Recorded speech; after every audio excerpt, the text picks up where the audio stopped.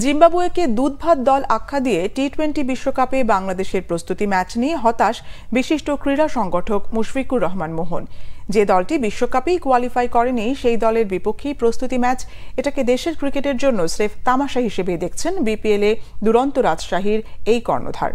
মুশফিকুর রহমান মোহন ক্ষোভের সঙ্গেই বলেছেন, বিসিবি সভাপতিকে মিসগাইড করছেন বোর্ড কর্মকর্তারা। অ্যাকচুয়ালি বাংলাদেশের টাইগারদের যে ব্যাপারটা সেটা হচ্ছে প্রত্যাশা শূন্য হওয়া উচিত। কোনো প্রত্যাশা নাই, অংশগ্রহণ এবং ভারমুক্ত হয়ে যদি খেলতে পারে। এবং এখানে আমি সোশ্যাল মিডিয়ার ভাই যারা আছে তাদেরকেও একটু রিকোয়েস্ট করতে চাচ্ছি, প্রত্যাশার বেলুন নিয়ে কন্টেন্ট করবেন না।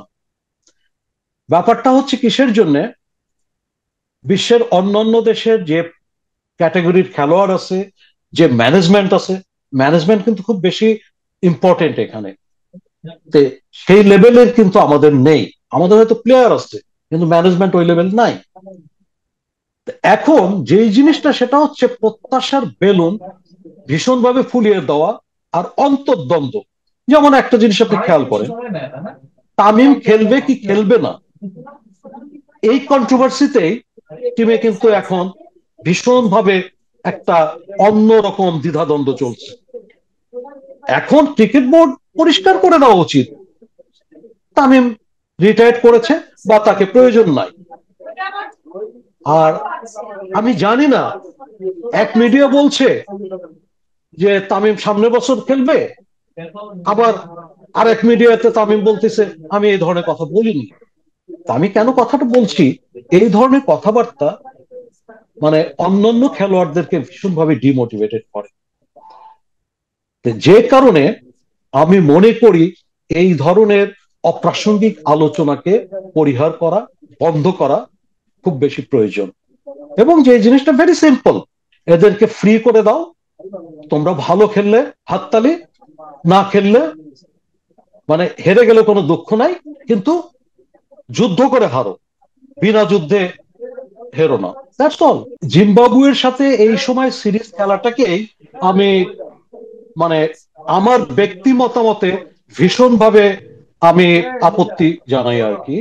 এর কারণটা হচ্ছে কিসের জন্য, যে জিনিসটা হবে সেটা হচ্ছে হয়তো জিম্বাবুয়েকে হোয়াইট ওয়াশ করবে, বাংলা ওয়াশ করবে। এই Bangla wash, white wash, black wash, চুন ওয়াশ, যাই কিছু বলেন না কেন, এই জিনিসগুলো যেটা দেবে সেটা দেবে হলো একটা ফলস কনফিডেন্স। যে ফলস কনফিডেন্সে যে ওইখানে ধরা খাবে। আমি পানির জন্য পিপাসার্ত, তার অর্থই না আমি ড্রেনের পানি খাবো। আমি দাবারু ছিলাম ন্যাশনালে, আপনি তো জানেন।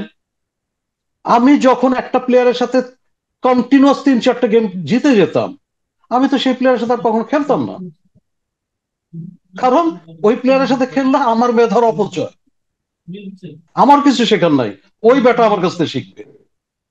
তো এই যে আপনি বলতেছেন যে নাইবনে শিয়াল রাজার মতো কিছু একটা ভালো, এই খেলাটা আসলে ভালো না। এটা ভীষণ ভাবে ফলস করে। আর সকল, হ্যাঁ, এটা যদি একটা ভালো টিম হতো তাহলে একটা কিছু হতে পারত।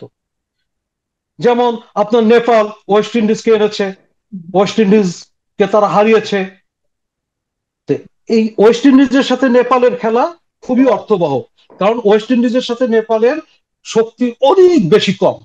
ইভেন এর চেয়ে বেটার হতো যদি আপনার একটু 2 সপ্তাহ আগে on the way to USA লন্ডনে যদি আপনার একটা স্টপ ওভার করতো, কাউন্টি টিমের সাথে যদি 2-4টা ম্যাচ খেলতো, ইভেনচুয়ালি ওটা ভালো হতো। আমার কাছে সর্বোপরি যে জিনিসটা মনে হচ্ছে, দুর্ভাগ্যজনক ভাবে পাপন ভাইকে ভীষণভাবে মিসগাইড করা হচ্ছে। পাপন ভাইকে মানে অনেক রিয়াল স্ট্রিমটা তাকে বুঝতে দেওয়া হচ্ছে না, মিস ইন্টারপ্রেট করা হচ্ছে। কারণ আপনি তো জানেন, আমি নিজেও 2টা ফেডারেশন প্রেসিডেন্ট ছিলাম। একজন প্রেসিডেন্টের পক্ষে যাবতীয় কিছু করা সম্ভব না। তাদের প্রত্যেকটা প্রেসিডেন্টেরই পায়েক, পেয়াদা, বরকন্দাজ, সিপাই, বহু কিছু থাকে। তো এখন তারা যেভাবে তাকে কনভে করেন, পাপন ভাই না, পাপন ভাইয়ের জায়গায় পৃথিবীর সকলেই একই কাজ করে। তো আমাদের দুর্ভাগ্য যে আমরা পাপন ভাইকে মিসগাইড করছি, তাকে আমরা ভুল তথ্য দিচ্ছি। আমি জানি না মিরাজ কোন যুক্তিতে দলের বাইরে। মিরাজ কে ওপেনিং এ করানো হয়, ওয়ান ডাউনে নামানো হয়, মিডল অর্ডারে খেলা হয়, লোয়ার মিডলে খেলা হয়। তো যাই হোক না কেন, পৃথিবীতে কেউ চিরস্থায়ী না। লোকেশ রাহুলের মতো ভালো প্লেয়ার যখন দলে চান্স পায়নি, আবার হার্দিক পান্ডিয়ার মতো বাজে পারফর্ম করেও দলে টিকে গেছে, যেহেতু মুম্বাই ইন্ডিয়ান্সের খেলোয়াড় সে। সো বিচিত্র সবকিছুই সব জায়গায় থাকে এবং থাকবে।